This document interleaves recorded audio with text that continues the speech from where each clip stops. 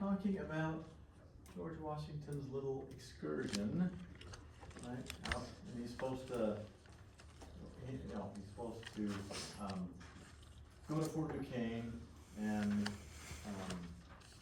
engage with French, and basically defeat them, boot them out, but he's supposed to make it look like that like the French folks were the aggressors, right? So, they meet that group of 14, 15 soldiers, and Native Americans, George is really wiped them out, and he's like, what the heck did you do that for? And then realizes he's in deep doo-doo, right, because there's a gigantic Fort Duquesne filled with French soldiers, and they're gonna be coming after him. So, he goes, wow, we need to build a fort, and we need to build one like yesterday. So, these guys frantically put up a fort. It is very much a half-baked job. The fort is, by all reasonable standards, fairly junky. But he's like, what do you got? Now we're gonna build a fort. Or, I'm exaggerating slightly, but you get the point. It's important that they hurry. George calls it fort necessity because, well, it was a necessity to build a fort, being very much a pragmatist in his naming practices. So, July, 600 French soldiers, aided by 100 Shawnee and Delaware Indians, attacked Mr. Washington's nifty new piece of crap fort, Fort Necessity. They ended up killing or wounding 1/3 of Washington's men. The message they send is simply, yo, the French are here to stay. They're not leaving, man. They're not leaving. Okay, so,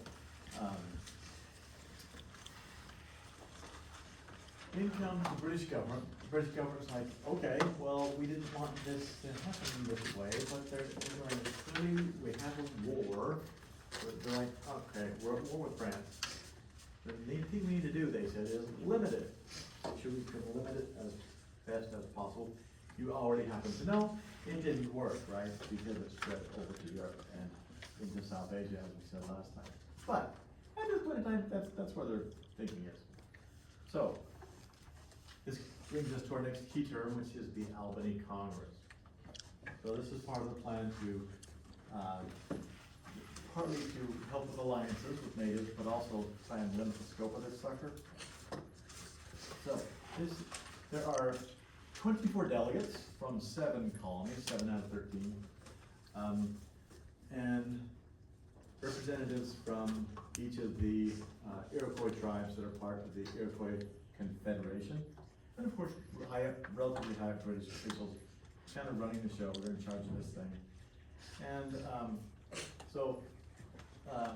the goal, so from the British perspective, the best case scenario, the goal in this so-called Albany Congress is to get, sort of sweet talk the Iroquois Indians into playing for Team Britain during this conflict.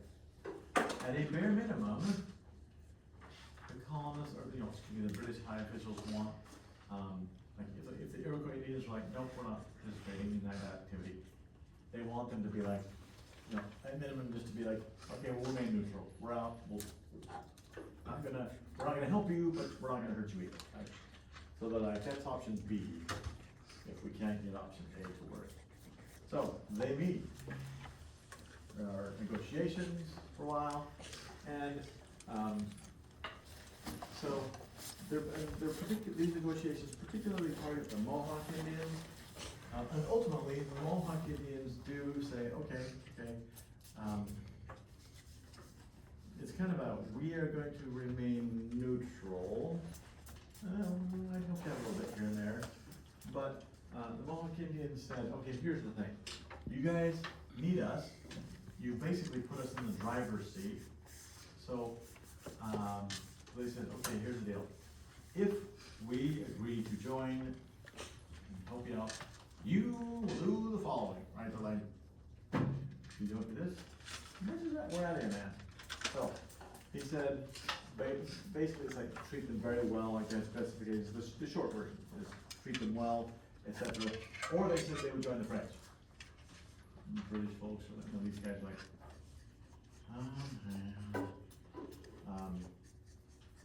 And one of the things, and this is kind of weird, by the way, but one of the things that Native American leaders said in this meeting was, that they made fun of George Washington's Fort Necessity.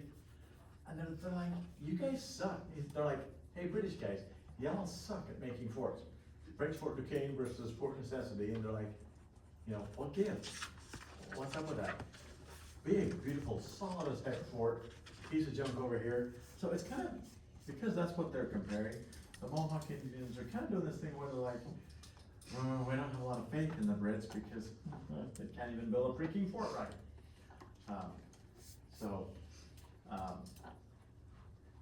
Anyway, there's some other business that happens at the Congress. We will not dive into that this semester. Some semesters I talk about it, some semesters I don't. But the other,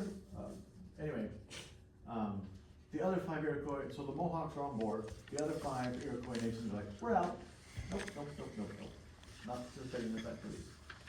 Okay, so,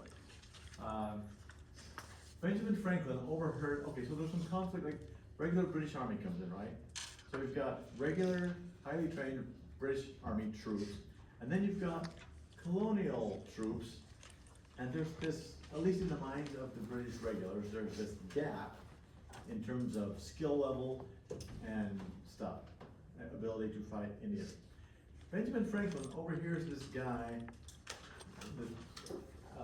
another colonial talking to a general named Edward Braddock. Edward Braddock, let me show you what he says here. So, this is what Ben Franklin recorded. He's overhearing this conversation. And the colonel's like, dude, these natives are fierce fighters. They are tough. And the British general says this, quote, these savages may indeed be a formidable enemy to your raw American militia, but upon the king's regular and disciplined troops, sir, it is impossible they should make an impression.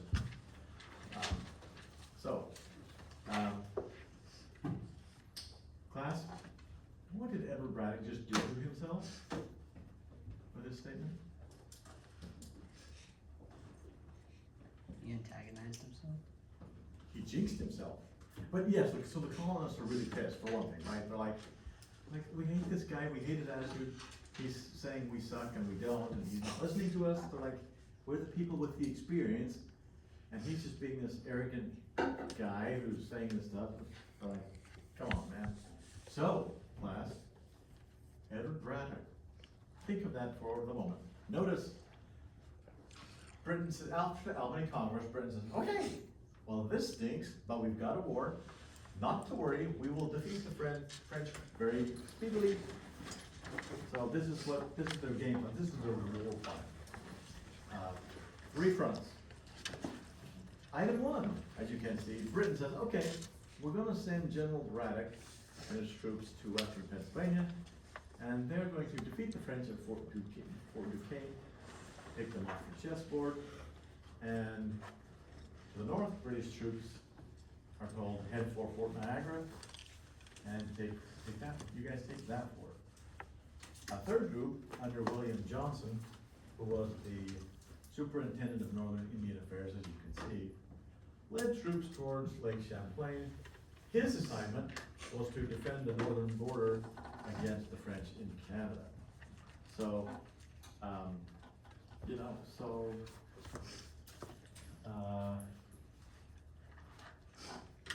a crude map, but, so, New France, right? And, so I'm using an anachronistic term saying Canada, because Canada did not exist then, right? But, so we've got French-controlled area, British-controlled area. What the British want to do is basically draw a line up here saying, yo, you guys can't come down. We've got all these French folks through here, and so they're hoping to limit how many French folks can get lost.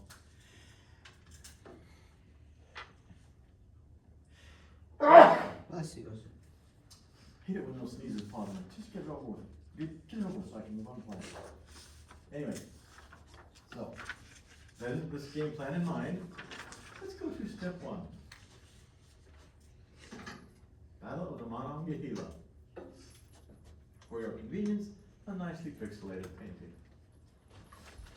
So, what happens in this battle is, so this is General Braddock, right? The goal, Fort Duquesne. Does it look to you like he makes Fort Duquesne based on his painting? No. Not so much, right? Doesn't get that far. And a combined force of French dudes. I gotta erase this abomination.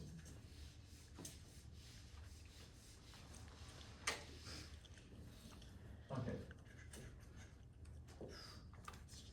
Okay, let's put it.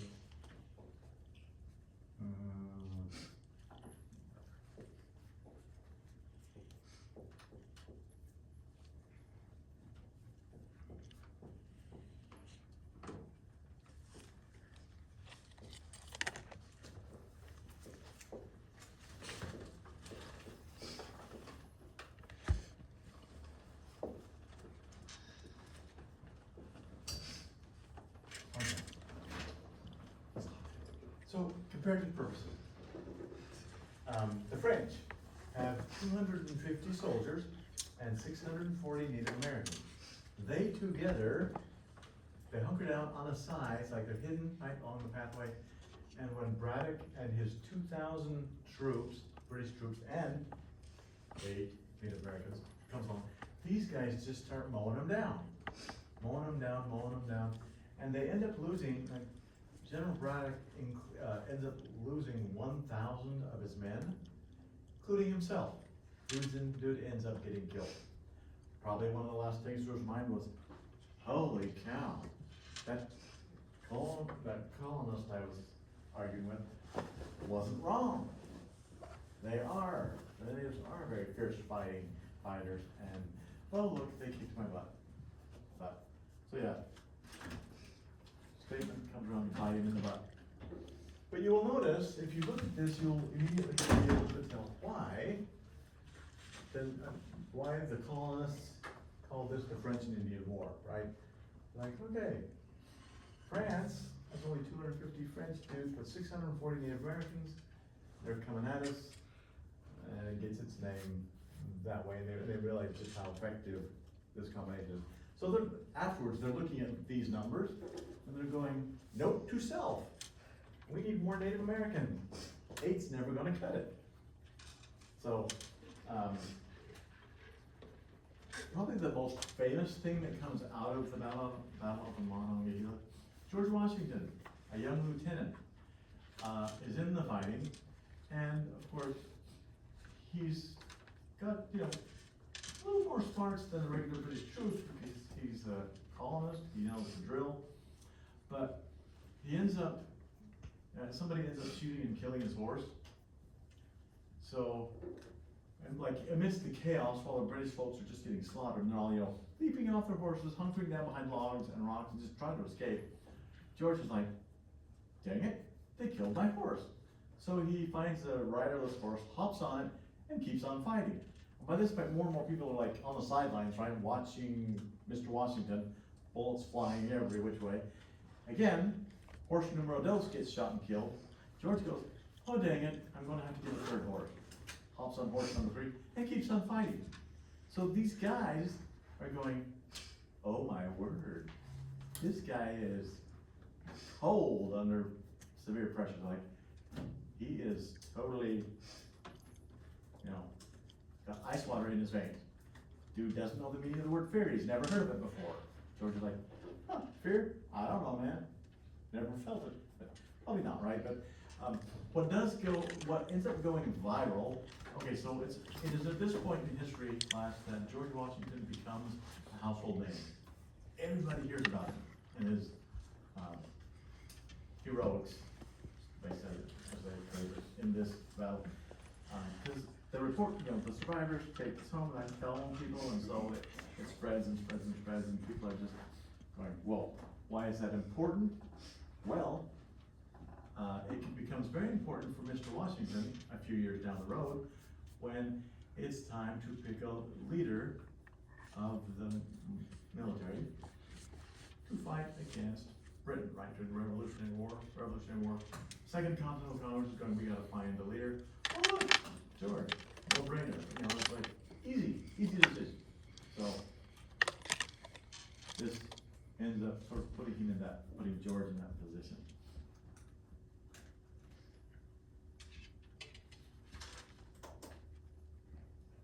Okay, for the next 2 years, Britain got defeated, like battle after battle after battle.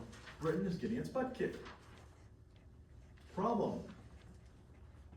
One of the problems is that the Prime Minister of the time is too busy perfecting his golf game. He does not have time in his busy golf schedule to do his day job. So he's not doing his day job. Another government official gets extremely frustrated and says, okay, look, guys, if the Prime Minister isn't gonna do his job, I'll do it for him. The man's name, William Pitt. Sometimes, in some sources, you will see that William Pitt is listed as the Prime Minister. Incorrect. He never was. Part of the confusion is the fact that his son later became Prime Minister. So William Pitt Jr., yes. William Pitt Sr., nope. So the guy is not the Prime Minister, never becomes the Prime Minister, but he says, look, while you're playing golf over there, this is what I'm gonna do. He says, I don't care how many people it takes or how much money it takes, but I'm gonna send everything I have at this problem, and we're gonna defeat the French. Well, as you might suppose, this is a major turning point. So, lots more troops, lots more money being poured into this effort inside the British. So, it completely flips the script, and now Britain is pounding the crap out of France, and taking French fort after French fort after French fort, just nailing them, hitting them. They finally take Fort Duquesne, that pesky fort.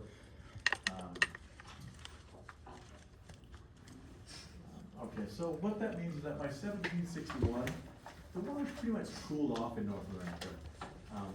No paperwork's been done to end it, but it's pretty calmed down. The one exception to this is that in 1762, the colony of New York, okay, background. It's the French and Indian War, right? Britain against France, but technically, on paper, Spain is France's ally. Spain doesn't do diddly squat. Spain's like, we'll just sit and watch. But, technically, they're allies. So these guys in New York are like, oh look, Spain owns Cuba. We think Cuba would make a perfect 14th colony. So, they send 4,000 colonial troops from the colony of New York to take Cuba. They do. They succeed in taking Cuba from Spain. The bad news for the folks from New York is that 2,000 of them are killed. So they lose 50% of their dues. So, in that sense, a very, very, very costly victory. So then, after 1761, with that one exception, things shift, right? They go over to Europe and Asia, and the fighting continues on into 1763. 1763,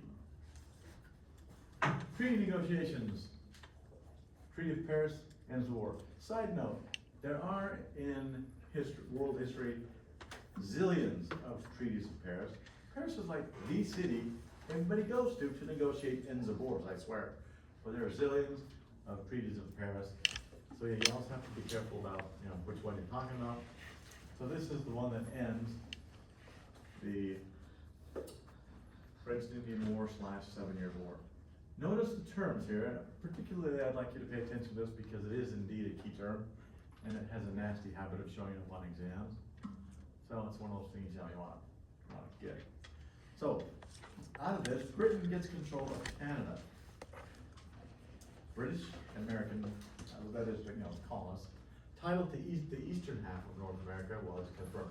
And this is what they've been saying the whole time, right? They're arguing, this is our, French like, no.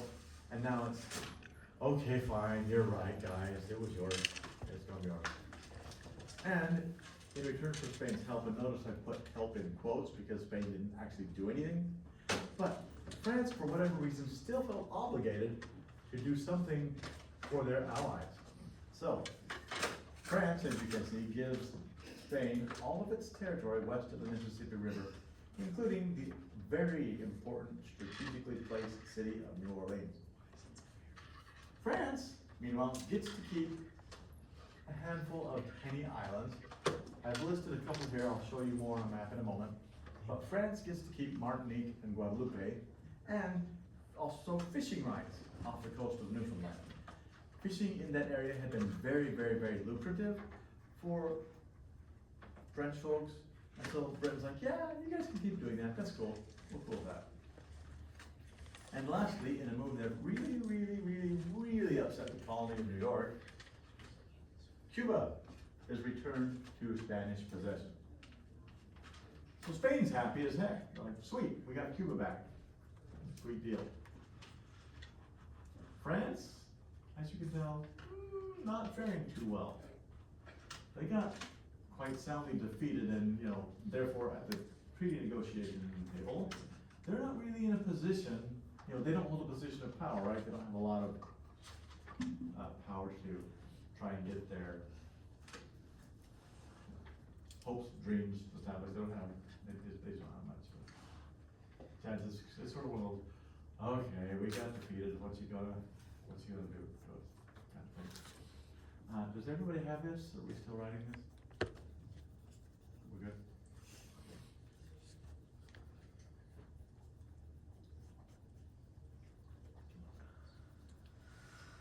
If you happen to be still taking notes, go ahead and capture it with your phones. We must bravely carry on.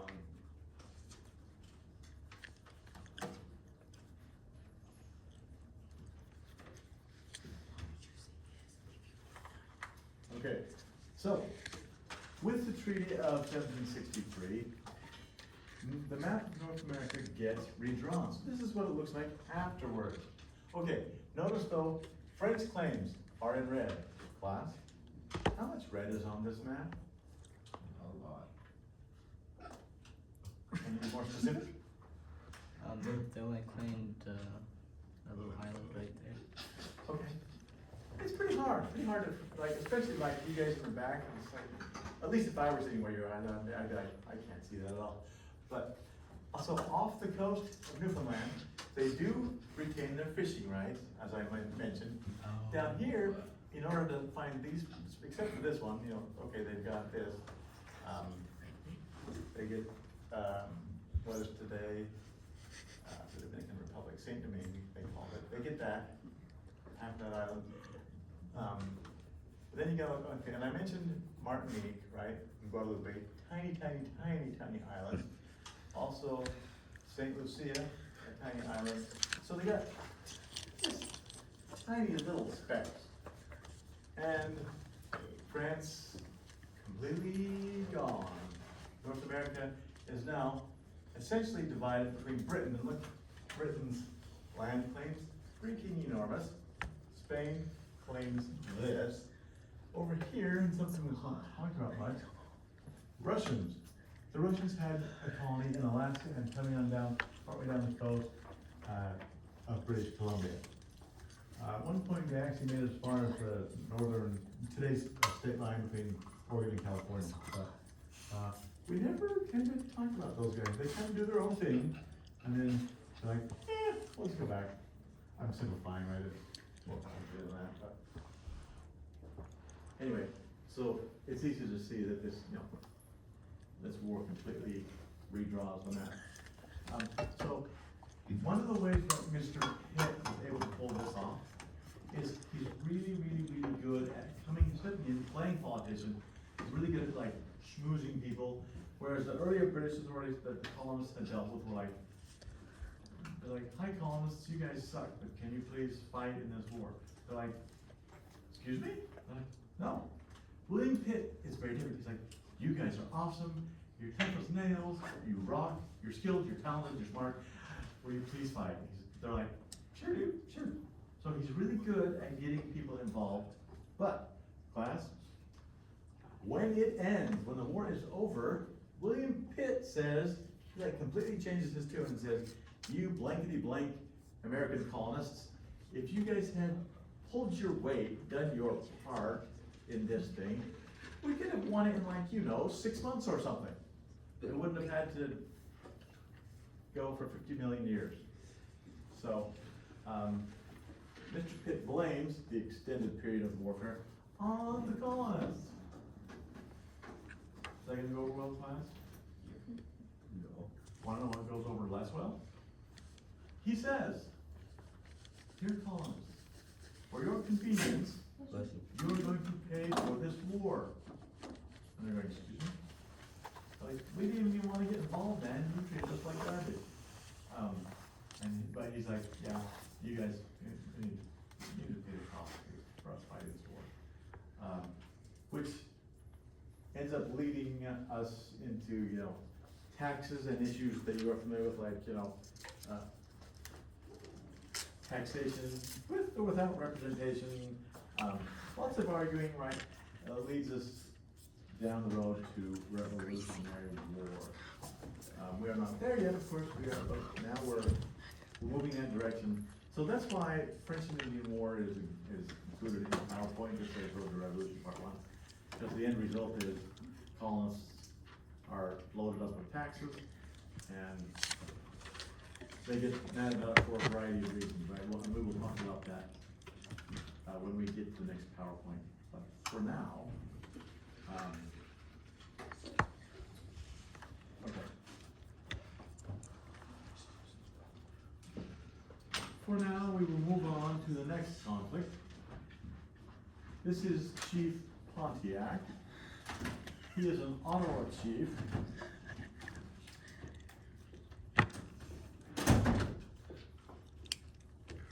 I will double check my spelling.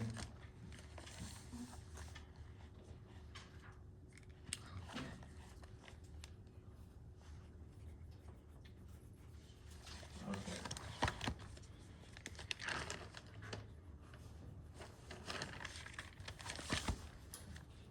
Let me fix that. I hate when that happens. That's better. I feel much better about that. It was looking funny. I'm like, something's wrong here. Anyway, so,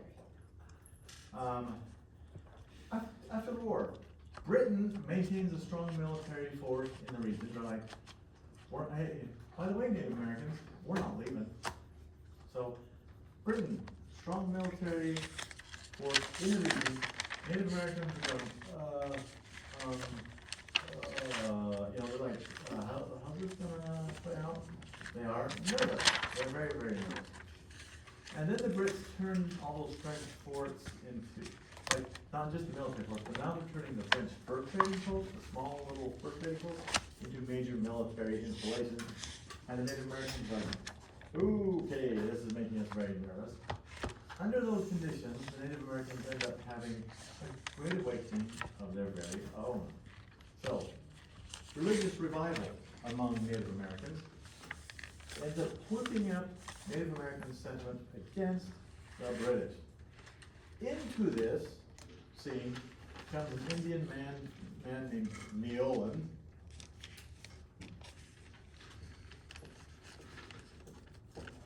He ends up with the nickname Delaware Prophet.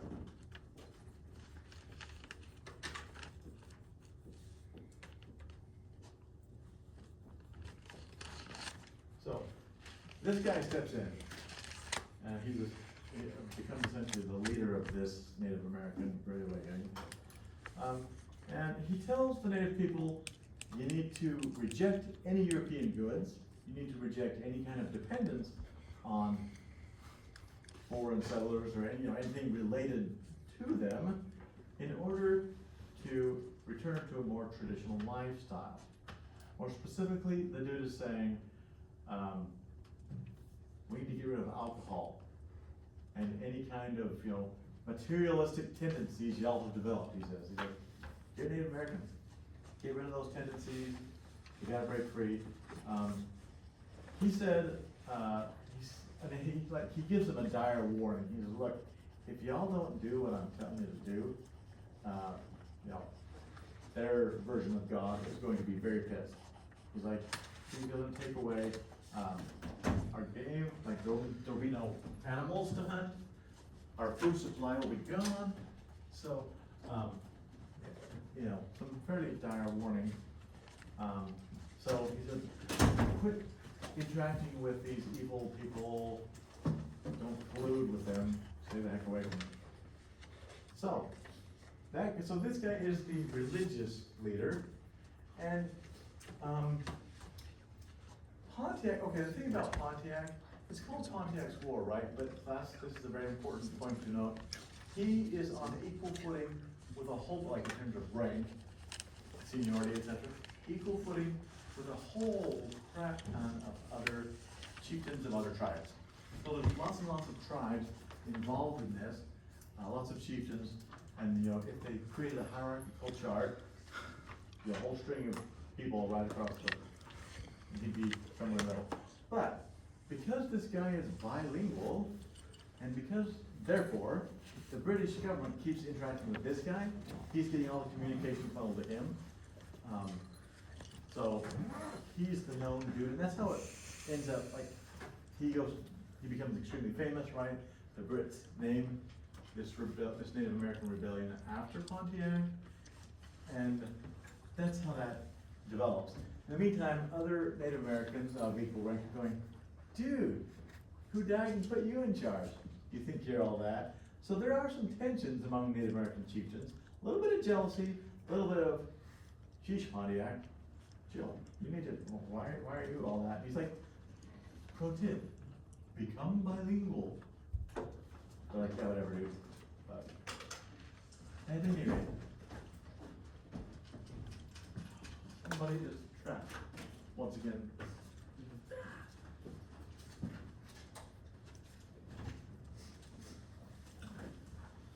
Okay. So, whole bunch of tribes. So it becomes a sort of confederacy of tribes. They rise up in the year 1763 and start killing folks. So this is spring 1763. And first project, they attack Fort Detroit. Pontiac's going, guys, we got to completely obliterate Fort Detroit before some crazy dude invents the automobile and then goes so far as to name one after me. I don't want cars named after me. Destroy this future automotive center, manufacturing center. So they try. They spend 6 months trying to take Detroit. Fun fact, they never succeed. They get mighty close. They don't actually pull it off. They do, however, I should move on to the map here. Okay, so this shows you, okay, so red indicates forts attacked by Indians. You go to look at Fort Detroit, you're going, okay, I can see on the map, Bloody Drang, they never made it there. But you will notice how close they get. Battle of Bloody Run, Pontiac is there, it's involved in this first. So yeah, we've got indicators of battle, right? British forts and British forts attacked by Indians. So you can see, and the Indians, as you can tell, were pretty thorough, like in a concentrated area. They're like, go big or go home, man.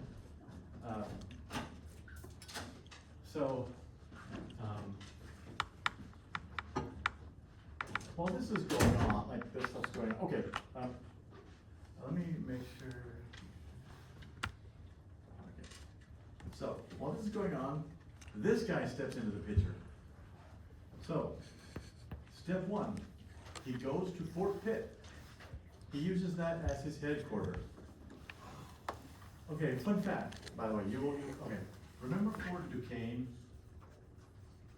These guys have changed after, control shifted to Britain. The Brits are going, man, Fort Duquesne, that's totally a French thing, we don't want that. Let's name it something else. They name it after William Pitt. So, and they call it Fort Pitt. To jump ahead while we're on the topic, at a later date, they lose the fort part, like, it's not a fort anymore, it's a gigantic city. Well, it's a burgeoning city, a nascent city, and they call it Pittsburgh. So that's how we go from Fort Duquesne to Pittsburgh, Pennsylvania. So Pittsburgh, class, is William Pitt's city. So it translates to. Anyway, so this guy goes to Pittsburgh, the future side of Pittsburgh, and from there, he's going into what they call the Ohio country, which, at the time, much larger chunk of real estate than, say, the modern state of Ohio. They're going in there, lots of fights. During the summer of 1763, this guy's commanding officer, a general, writes him letters saying, please purposely infect all those natives with smallpox. Let's wipe them the freak out, give them smallpox. How? They're talking strategy back and forth. And so then we have gear warfare going on in class, and the plan is to infect the natives with smallpox by giving them blankets infected with smallpox virus, or carrying it. Probably shouldn't say infected since it's an inanimate object, but carries the virus. So some pretty nasty stuff. And the commanding general has nothing nice to say about Native Americans, and has lots of creative, mean, horrible, nasty, racist things to say. We will not dive into those today. So, at the end of the war, the dude is on site to receive Anglo children who were taken captive by the natives. Okay. So, so this is October. This is October of 1764. So we call it Pontiac's Rebellion. Starts in 1763. 1764, a major piece of it ends here, October '64, and a lot of those other chieftains I mentioned, other tribes, they're like, okay, uprising's over, we're out, we're done, we're gone. Pontiac, okay, so the deal is, some people will tell you Pontiac's rebellion ended in October of 1764. I am going to tell you it did not end. Why? Because although many Native Americans like, we're done here, this is the end of the road, Pontiac's like, no. Just gotta go to a different location, man. And keep it rolling. So Pontiac and his tribe members simply go to Illinois. Like, we can leave Ohio, clearly no longer safe, we'll go to Illinois and keep on going.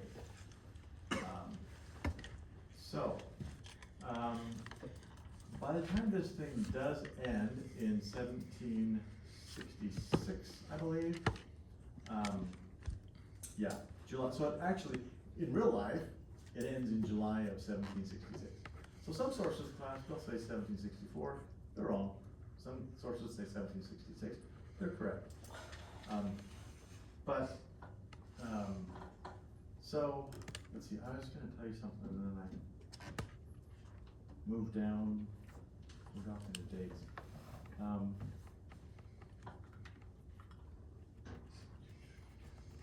Well, it was important, it'll come back. So oh yeah, I was gonna tell you the casualties, that's what I was gonna tell you.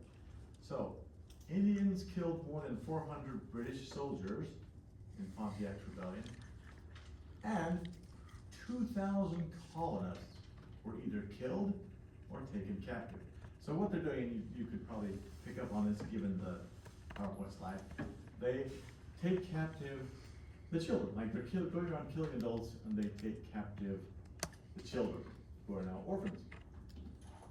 And they're like, y'all are gonna be part of our tribe, congratulations, happy birthday. So, very, very dangerous place and time for British colonists. Very dangerous. Like accounts of the war focus on the battles at the forts, right? And the map obviously does that too. But the reality on the ground is it was a much more dangerous place for the settlers. We're not quite there yet. Okay. So I said Pontiac just relocates, right? Keeps going. So he keeps fighting, but then, Great Britain's trying really hard, like the officials are trying really hard to get this thing stopped. And so Pontiac surrenders on July 25th, 1766, 1766, and it's game over for Pontiac. So Pontiac, carries on with life. He's like, okay, that project's over, ended in failure. But he moves on with life, but he has a lingering problem, which is the fact that the British government made Pontiac the center of their negotiations. it's still pissing people off, like other Native Americans are still bitter, they're jealous, and so an Illinois Indian, excuse me, Peoria Indian in 1769 decides he's going to express his frustration with Pontiac in a very permanent manner.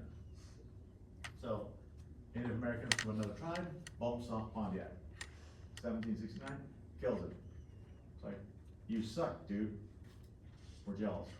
So, kind of a weird way for that to play out. But that's what happens in the end to Pontiac. He goes into the historical records, the bread fight, which is why they call it Pontiac's Rebellion, and we still do today. Because we get obviously from the historical records, right? So, same year, you can tell 1763 is a very busy year, right? The king says, what with all the war with France and the role of Native Americans, plus, he's like, we got Pontiac's Rebellion going on. He says, this area is clearly not safe for settlers. It is not safe. Natives have made that abundantly clear. So the king wants to fix that problem. So he takes out his nifty map, North America, and draws a line that goes all the way down. So, and that is, like, he's drawing it down the top of the Appalachian Mountains, like, finds the highest point, the ridge of the Appalachian Mountains, and just, whoop, draws a line. And then he says, dear colonists, for your convenience, you have to stay east of this line. You cannot cross it. And they're going, excuse me? So, let me show you, okay, and remember Proclamation of 1763 is a key term, right? So here's the map version. Let me show you the text version. The goal, very important, you need to get this down. The goal of this move by the king, he's trying to minimize frontier violence with Indians. So, and that's where Pontiac's Rebellion class fits into the Road to Revolution, is that it prompts, that and other stuff prompts the British government, particularly the king, to do this. So the biggest issue, is the first one listed. As colonists, you can't settle west of the Appalachian Mountains, and they're going, but I want to. Number two, the king says, okay, look, you are limited, like private citizens can't just go out and trade with Indians. If you're going to do that, you need to get a license first from the governor of the colony in which you reside. Gotta get that. And he also says, hey, private citizens also cannot engage in real estate transactions with Native Americans. You want any kind of land transactions involving Native Americans, you gotta get the colonial governments involved. Colonial governments can do that, private citizens cannot. But how are the colonists going to react to this nifty new proclamation of 1763?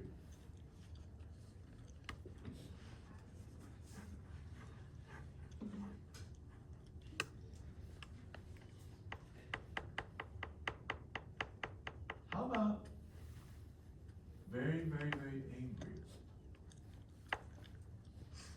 A lot of people were mad about number one here, like a lot of land speculators were like, that's how I make my business, man. That's how I get wealthy, is by going ever westward, surveying the land, selling plots off to people who want to move west. Until they're like, dude, you're killing me, King George. You're just killing me here. Hurting my business. I'm not going to be making much dinero. And other colonists, or like I said earlier, they're just like, dude, I have to cross. I have to go west. Free country. And the king's like, no, actually, it's not. I'll keep that straight. Let's go back to this map for a moment, class. So, what the king does as part of this, there are, I didn't give you a number before, but here's the number. The troops left in North America, British troops left in North America after the French and Indian War, 10,000. 10,000. And the king says, hey guys, new plan, troops. You are going to patrol this line, and you will make sure that no colonists move west of that line. They're like, okay, man, we're on it. We got this. Question, how successful do you think it would be for 10,000 men to control the entire border in a mountainous region? Not very. Not very, right? So in real life, the proclamation of 1763 is impossible to enforce. Got 10,000 dudes out there trying their best to enforce it, and they do push settlers back, right? If they catch them, they will push them back. But the reality is, it's an unenforceable proclamation. King George is like, it looks lovely on paper. And he means well, he wants, like I said, reduce frontier violence, but, it just doesn't end well. Okay, so, next question, and for all of us, very important for exams, right? Why does it matter? Why do you not care? Well, and we've talked, I've mentioned this already, right? You may already have this in your notes. This may help you fill in some holes or whatnot. But they're pretty freaking angry. Colonists are extremely angry. Patrick Henry, I threw him in there because he's like one of the well-known people in this. Extremely frustrated.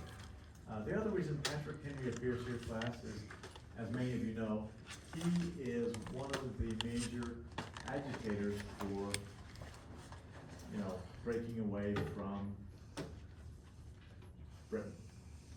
He's like, guys, we need to throw off the king and parliament, or as he phrased it, it's so famous, give me liberty or give me death, right? So old Mr. Give me liberty or give me death is pissed as of 1763, and he's gonna stay that way. So, okay.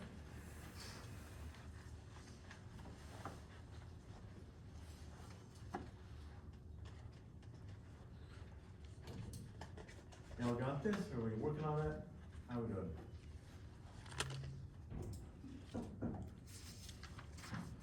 Who's there?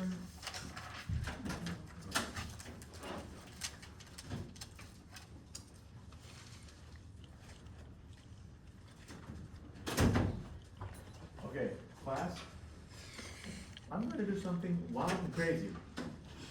For this, you will want your phones out. Here's the deal. We have one key term remaining on the PowerPoint, and I'm going to help save time because the whole, the entire PowerPoint, excuse me, the entire key term is on several slides, like 4 slides, tells you everything you want to know.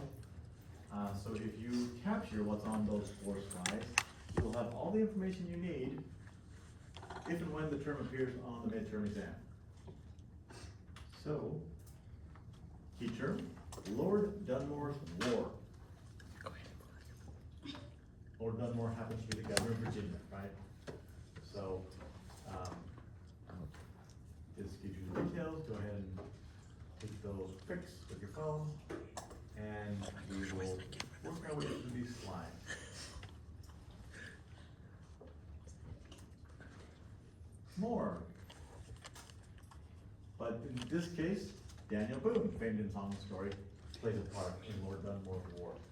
It involves, if you can read this as it's flying by, the death of Daniel Boone's oldest son. Daniel Boone, not amused. Not a happy man. So, the death of his son and other party members, first event in Lord Dunmore's War. And if I may ask, why is this so damn funny? It's about death, destruction. We have dead people. That's never funny. Death is never funny. We do not laugh.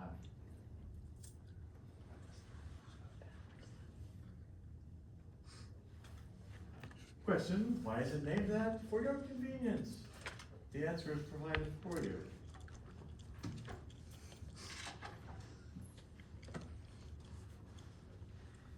Notice that the governor of Virginia's got some motives here. He's looking for, he's looking out for numero uno, as they say.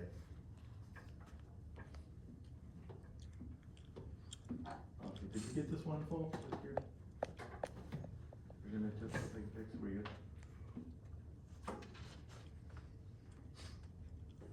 Okay. More. And notice that second bullet point, on this one, the result, ultimately, like, the most important piece that you can take away from this, from these series of slides about Lord Dunmore's work, is the end result. Like, in other words, sort of the why do we care bit, right? So, settlers are scared, fearful about the future, and more, the settlers in the West in particular are going, we are a colony of Britain. One of the central jobs of Britain as the mother country is to keep us safe. And Britain is failing, like the British government is failing. Completely, totally failing to keep us safe. So, like, it's feeding into this idea of, they claim to be a protective mother country, but they're not doing any protecting. So, it's a smaller step, but still it is a step on the road to revolution, as colonists are like, note to self, British government sucks rocks. Let's make sure okay. So, some final notes on Lord Dunmore's war on this slide. For your convenience, not so many words this time.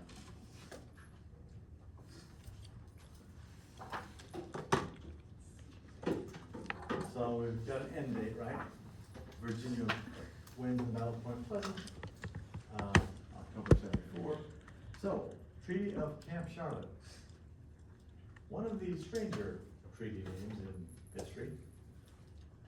But the agreement was that the Shawnee said, okay, fine, we're not gonna hunt south of the Ohio River anymore, and we will not harass travelers on the Ohio River.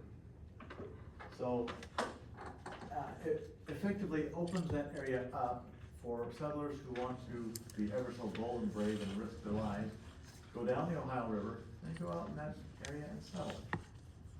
These guys are like, we're not gonna hit that region anymore, gonna leave it open, whatever. So.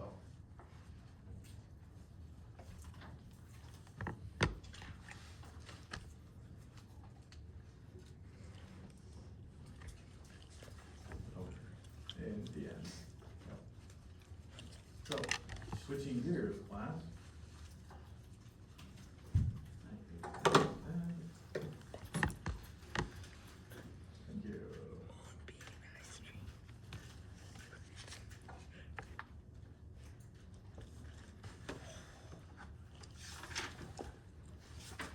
Road to Revolution, Part 2.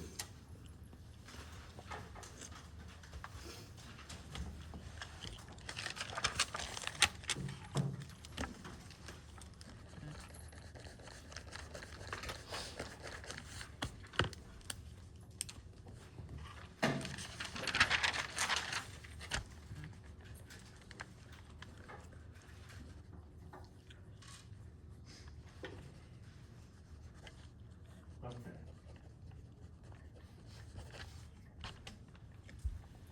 Fun fact, there are millions of key terms on this one, for your convenience. Okay, I lied. Not as many, I think I couldn't come out. But anyway, key terms. I cannot for you guys, I won't, I'm gonna change that midstream in semester, but Can you repeat this? maybe for the next semester. What did he say?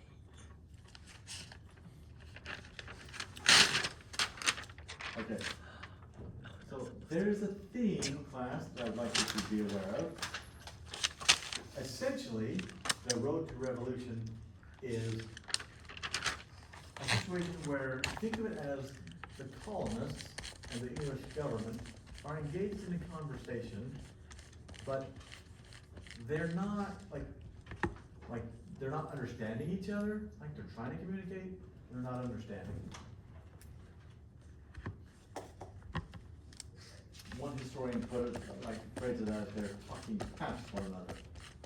Both sides speaking, trying to address issues, but it's not really connecting with the audience. So most of these key terms, of course, you will be familiar with. A couple you probably won't. Which is good news for you, that your familiarity with this. Oh, good, how do you learn this? That's gonna help.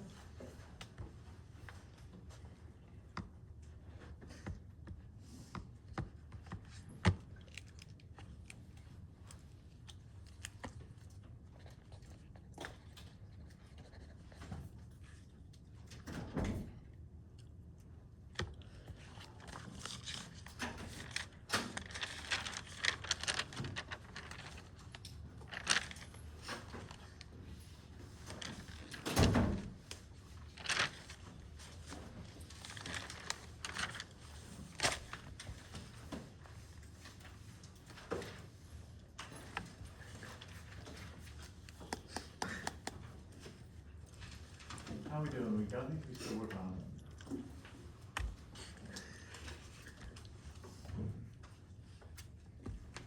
Anybody want me to wait to hear? Or you got them in one form or another?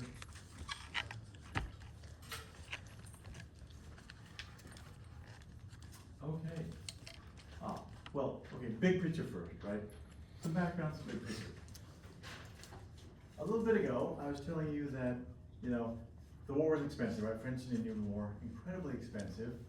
And the British government ends up wanting the colonists to help pay it off. A lot of some historians, particularly those who studied the British Empire, so they're looking at it from the other angle, would tell you that the colonists were a bunch of whiny little spoiled stinkers who refused to do their part. They're like, the angle from that direction is, they totally should pay the taxes. The taxes are reasonable, they're not too high, these guys should have paid them. And like, so there's this idea out there that these guys were like saying no to taxes, like all taxes, they were not. So kind of interesting, but, and I've come across this in talking to different historians, but yeah, the ones who study Britain are like, they didn't pay taxes, they were opposed to taxes. No.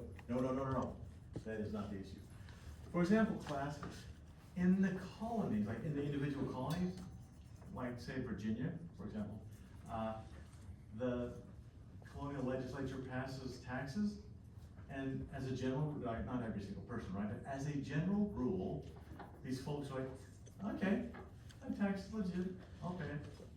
So, in other words, they are, and again, right, speaking generally, they are comfortable paying taxes on a colonial level, but they are not comfortable paying taxes to the British government in London.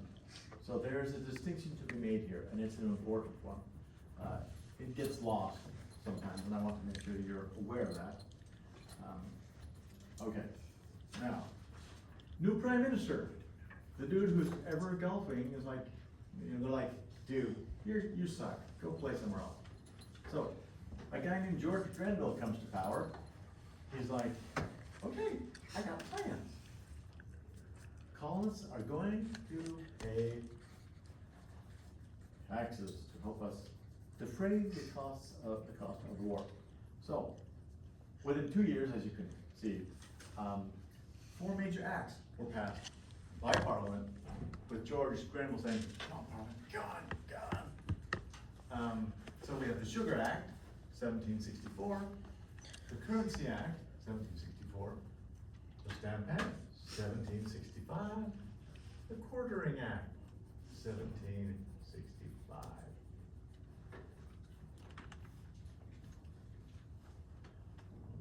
the problems, one of the things that ended up being problematic for the British government in its attempt, or well, that upsets colonists, is the fact that these laws end up falling the hardest, as you can tell, on the richest and the most politically active colonists. And so, you know, these guys who are going, ouch, oh, this stinks. And they're gonna get very upset and push back. In the case of the Stamp Act, it makes everybody mad. We'll have more to say about that as we zero in on that later. We got this, folks? No. We're close? Yeah.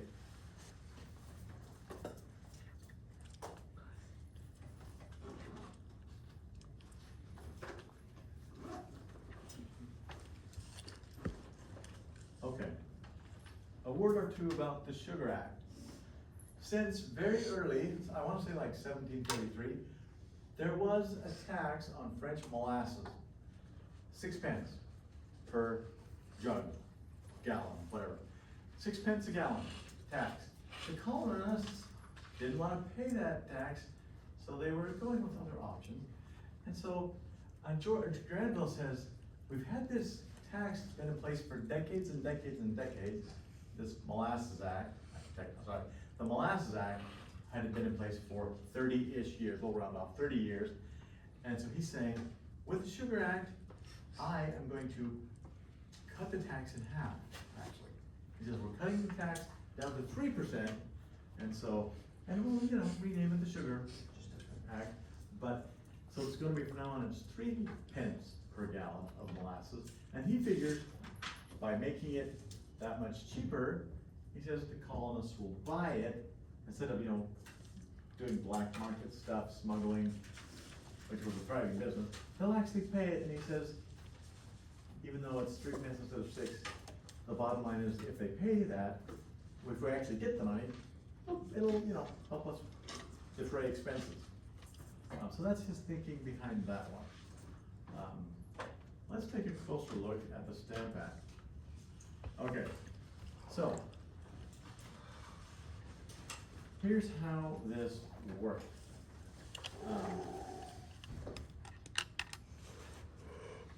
Fun fact about this, so this is what, like when we say Stamp Act, this is what the stamps looked like.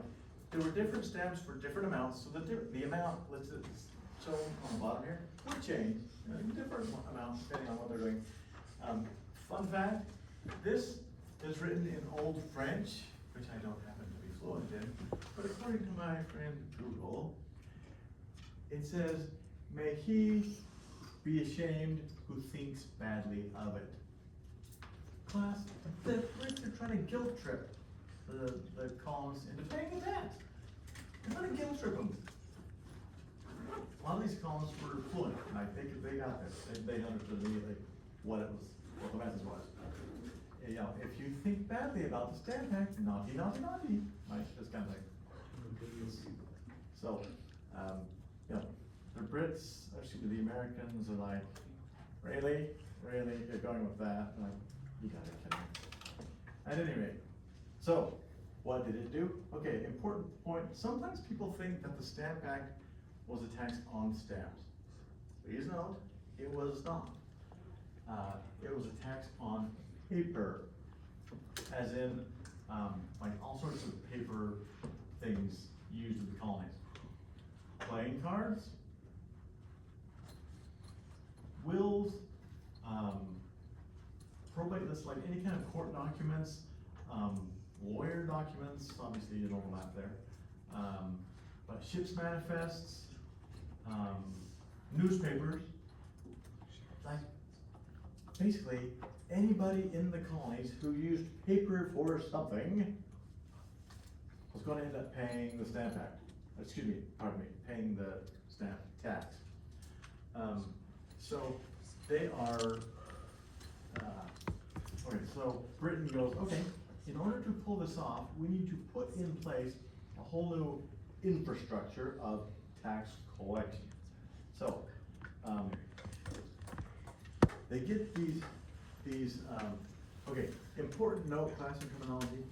the people the British government hires to do this, are stamp distributors. Some sources accidentally, they get confused and accidentally call them stamp collectors. No, they were not collecting stamps. These guys had these, and they are dispensing them. So how this worked was people would go, so, okay, let's go to Boston, for example. Dude in Boston, a man named Andrew Oliver. His job, in theory, on paper, was to, like, people, the theory was, people would come in and say, okay, got this deck of playing cards, got this newspaper, this official document, how much I owe you? And he'd stamp, he put one of these stamps on each of the pieces of paper, and the stamp on the paper sent the message to everybody and their dog, the tax on this paper has been paid. That's where the stamp comes in, that's what the stamp's for. Just basically saying, yep, tax has been paid on this one. But so he would be like, okay, well, you know, this one is 6 pence, and this one over here is 10 pence, and, you know, stuff like that. So they've got different stamps, different amounts, and so that's how it's supposed to work. That's how it's designed.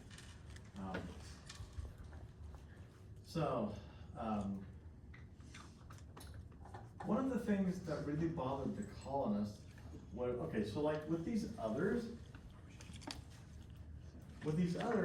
like two laws passed in '64, the British government saying, we're doing this to regulate trade, not raise money.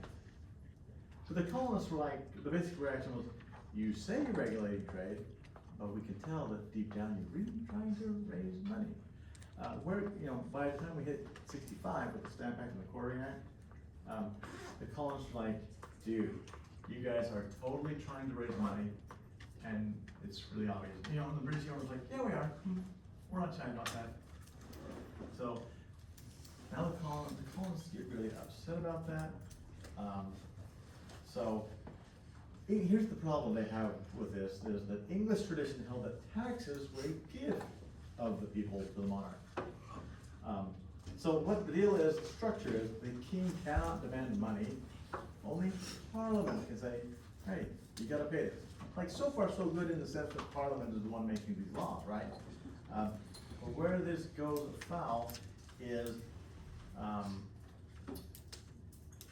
the colonists, and this will be very familiar to you, right? But the colonists are like, dude, we're not represented. George Grenville says, they're like, hey, we must be represented in Parliament in order for Parliament to tax us. Like, we're not, there are no people from the colonies in Parliament, so we're not represented at all. Therefore, you can't tax us. The Prime Minister, Mr. Grenville, says, I hear you about, you know, the requirement being, in order to be legit taxed, you have to have representation in Parliament. But the Prime Minister says, the good news for me, colonists, is you do have representation in Parliament. He says you are virtually represented. You don't actually have to have people from the colonies in Congress, in Parliament, because Parliament actually covers every English subject, no matter where they are on the globe. And he tells them, he's like, look, there's a chunk of real estate 10 miles outside of London, where technically there's no representative in Parliament for that little chunk. He's like, that doesn't matter. He's like, it's totally covered, it's fine. The colonists are like, okay, George, that concept of virtual representation that you have introduced might work for the island, merry old England, but they said that concept cannot, be legit if you stretch it clear across the Atlantic Ocean. Like in our case, there's a freaking huge ocean, and so this concept of virtual representation, like, no, that still doesn't work. Doesn't work for us. And Grenville's like, I'm like, dude, these colonists. So, Patrick Henry, known to be a hothead, mighty peeved, mighty frequently. So what he does, he responds to this with a list of what he calls the Virginia Resolves. It's a list of 7 items. So, we will look at just the last couple. Resolution 6 denied any legitimacy to any tax law originating outside of Virginia. He's like, sure, we're Virginians, we pay Virginia taxes. Any tax law from outside the borders, it ain't legit. Doesn't matter if it's coming from Massachusetts or England, it's just simply not legit. And then, the kicker, Patrick Henry then goes on with resolution number 7, and he says, anybody who disagrees with numbers 1 through 6 that I have listed is an enemy of the state. Like, that's how hardcore he is, that's how, so he's like making up his own list of, you know, here's my thinking on the subject, this is my view, and if you don't agree with me, you're a frickin' idiot, right? You know, he's like, but it's, you're worse, you're not just an idiot, you are an enemy of the state. And you, Patrick, chill, calm down, buddy. So, some colonial assemblies said, you know what, there's a distinction to be made here between external taxes, which are designed to regulate trade, and internal taxes, which are designed to raise money. What they are, like, if we translate those terms into modern English, folks, what they are saying is, dear British government, it's totally legit for you to use tariffs, like when they say external taxes, where they say that, you and I today would say tariffs. They're saying, those are totally fine, man, those are legit. But, and then where they say internal taxes, you and I would say, simply taxes. And that's where they're drawing the line, saying, no. Thing to note about that is, some colonies are going with that, others are not. But that is an argument that is made. There is still a network that's back, I don't know why you're all leaving.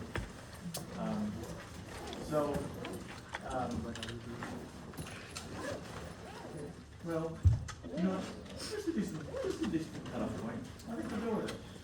Next time we'll keep talking about stand. We are in the middle of the stand, right?